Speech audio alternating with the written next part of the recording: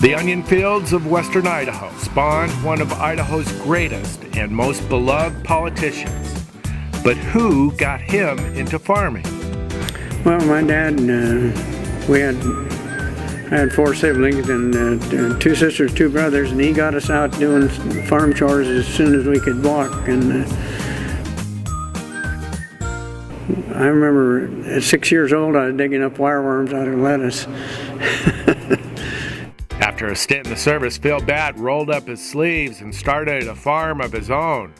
Always the spendthrift, he looked for ways to save money. Well, I always raised a few onions, and I always thought that the packers made too much off my onions, so in partnership with Kayanui and Tony Miyasako, we opened a little shed to try to cut out the middleman there, and then we separated, and they had their operation, I had mine, and it grew into a fair-sized operation finally, and it was very interesting. I loved it and made a little money at it. Once Batt had a handle on building an efficient operation, he tackled issues that bothered him. I had a great deal of empathy for all the people that worked with me. I worked hand in hand with them or side by side, and I became convinced of one thing, and a person is a person and should not be looked down upon for being a farm laborer or any other occupation. And there was a great deal of discrimination practiced against particularly the Mexicans, and I didn't like that, so I made sure they got on an equal basis as much as we could. Batt formed the Human Rights Commission, Food Producers of Idaho. And as governor, he fought like a lion for Idaho's water. Well, it's the lifeblood of agriculture as well as other facets of Idaho life, and we would totally transform our nature if we didn't have our water supply. Here we have an endangered species that's also important to Idaho. How did you balance that during your administration?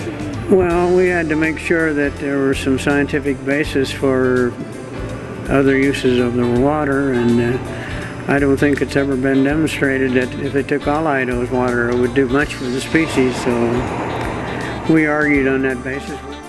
Governor Batt is one of the few Idaho politicians to serve in the House, Senate, Lieutenant Governor, and finally, Governor. Oh, I enjoyed the 4 years I was governor probably more than any other. It's because we were able to accomplish some things, and we had a marvelous staff, and I think that people thought we were responding to their wishes. Came out, ended my career on a high basis, was quite popular. I think I could have gotten reelected, but that was the high point of my career. These days, Batt laments about the lack of civility in government. In his time, he forged a lifetime friendship with Cecil Andrus.